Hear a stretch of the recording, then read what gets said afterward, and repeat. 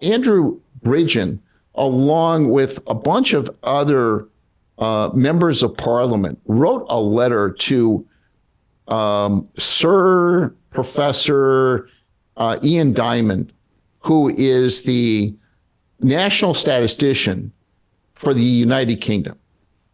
And in that letter, Bridgen basically said, hey, you guys ran this time series cohort analysis, but you did it in a pretty shoddy way because you don't have enough buckets to really see what's going on. So why don't you just rerun the analysis with some more buckets so we can tell whether the vaccines are safe and effective or not? He ignored the letter. These guys basically ignored the request for more data. That's how much they believe in data transparency. They believe that you should only know what they're willing to tell you. And if you have any questions and you want to see the detail, we're just going to ignore you. And we don't give a shit whether you're a member of parliament or not. In fact, the whole darn parliament in the UK could order him to do it, and he would not do it because he knows that that would expose the whole thing. So members of parliament are powerless against this. The people can elect members of parliament and they can order this guy to do stuff, but he doesn't have to do it. They can just ignore him, and that's what they do. That's how they handle these requests. It doesn't matter whether it's from me or whether it's from members of parliament to have the request to see the data. That's the public's own data. They're not going to let you have it. They're not going to let you have it in the UK. They're not going to let you have it in the United States of America. They're not going to let you have it anywhere.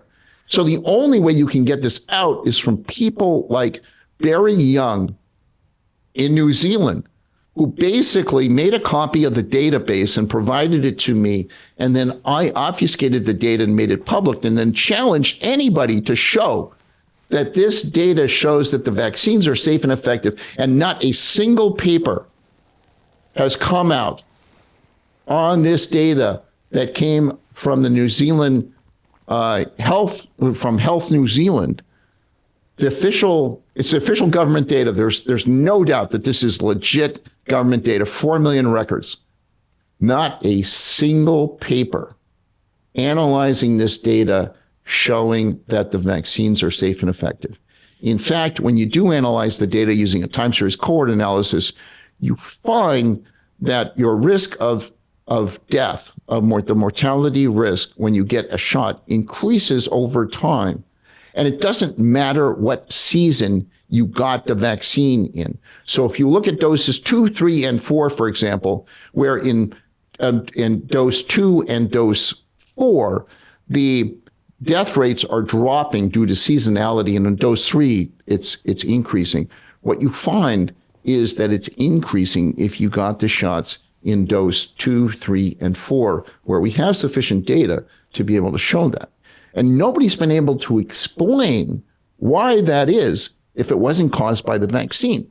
The best they've been able to do is there must be a confounder. In other words, you can't possibly be right, Steve. Even though it's in plain sight, we can't explain it, but there must be a reason for that. We just don't know what it is, right? And that's how they treat it. And it's crazy. And it's like in the in these parliament meetings where they're where the members of parliament are questioning the health authorities in the UK, and they're saying, "Hey, what's going on here?" Like Andrew Bridgen sent a 108-page letter to say, what's going on here? Here is 108 pages showing hospitalization, official UK hospitalization data, showing that the rates of this are up, 108 pages of sort of flatline, and then everything skyrockets after the vaccines rolled out. And he said, how do you explain this? And the official response is, it's unbelievable. It's, well, a multitude of factors are causing this. Period. That's it. That's the official explanation. It's a multitude of factors. And that is ridiculous. You can't explain something scientifically and say, oh, it's a multitude of factors. You have to show us what the factors are and for each of these 100 pages. They didn't do that. They just do this hand-waving thing. Multiple things happen and, don't worry about it. I mean, these people will not be held accountable. Will not be, you can't question them. Congress doesn't want to bring any of this stuff up. There's Congressman Bill Posey tried to get this whistleblower at the CDC, William Thompson, to testify in front of Congress that Thompson was ordered by his CDC bosses to destroy data linking vaccines and autism, because their studies showed that vaccines were causing autism. So Thompson was ordered to destroy just the data that linked vaccines and autism and keep the data that didn't link it and use that as the basis of the paper. So Thompson complied and destroyed the data just as he was told to by his bosses. And they published a fraudulent paper, which is still in the peer-reviewed medical journal. So Posey finds out about this, trying to get Thompson to testify in front of Congress. And Posey is told, you will not have a hearing. And if you try to keep pursuing this, we will take away all your chairmanships and we will, take all your power away. This is how bad it is. Basically, people are intimidated into not pursuing this. And I made enough money that I could basically survive on my savings and I could afford to basically drop my job and speak out and tell people the truth, because they're not going to fire me and, they're not going to take away my license to practice medicine because I'm not a doctor. I'm just an engineer from MIT with 2 degrees from MIT who knows how to analyze data. That is a threat to this administration. And I'm surprised that I actually didn't make it to their disinformation dozen list of people that they need to censor. Look, since when has the United States government ever issued a list of people who should be censored? I mean, that is, that there's a First Amendment right in the United States, and for government to go anywhere close to even producing such a list of 12 people who should be censored, that's extraordinary. It's basically anybody who uses censorship. History has shown that anybody who wields the censorship power has always been on the wrong side of history. That's important for people to remember. Every single case where censorship has been wielded, it has always been wielded by an authority who's always on the wrong side of history. And so the Biden administration, by issuing this disinformation dozen list, is basically saying we're wrong on the vaccines. The truth is nobody should be getting the COVID vaccine, and nobody should be getting any vaccines, and you shouldn't be vaccinating your kids. So Jim Rickards has just recorded a video that's not available to anyone in the public, and he's going to be talking about how this upcoming recession is going to be fast, it's going to be bloody, it's going to be nasty. But at the same time, he's going to show you how you can position yourself to profit from all of this chaos. Now, we've made this video only available to our viewers. Go to londonreal.tv/Jim. Watch that immediately.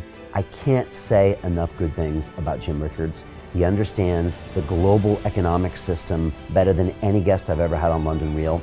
His predictions are almost uncannily true, and you can learn how to profit from his vision, from his expertise, and his understanding of economics. So go to londonreal.tv/Jim or click the link below.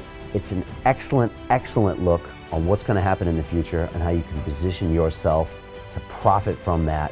Jim is one of the best in the business, one of my favorite guests on London Real, and he's very, very good at predicting the future and showing us all to profit from it. So click the link, and I hope you enjoy.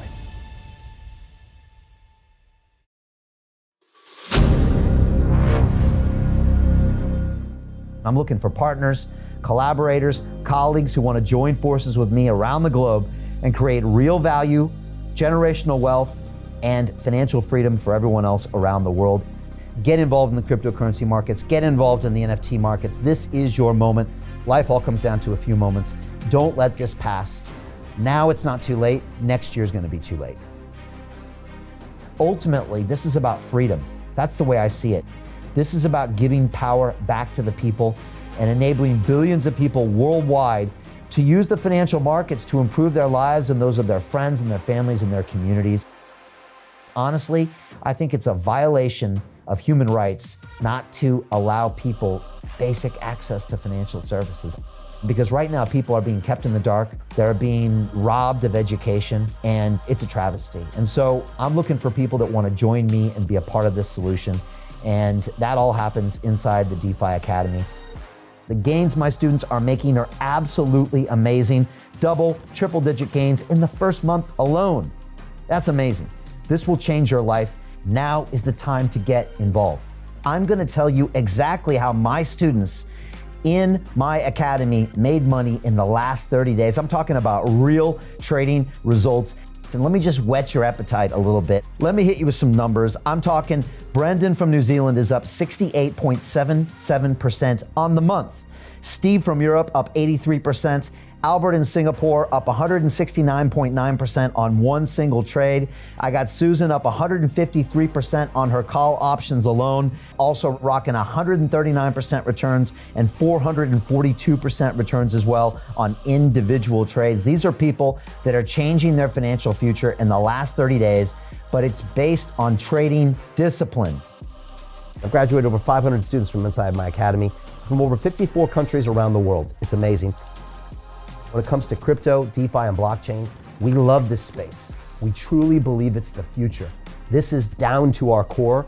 It's authentic to what we're doing, and everybody can tell through the camera because you can't make this stuff up. If you're watching me now, wherever you are, I implore you, take 60 seconds right now and join my academy. Apply today. Now you've got a chance. Life all comes down to a few moments. What are you going to do? What's the choice that you're going to make?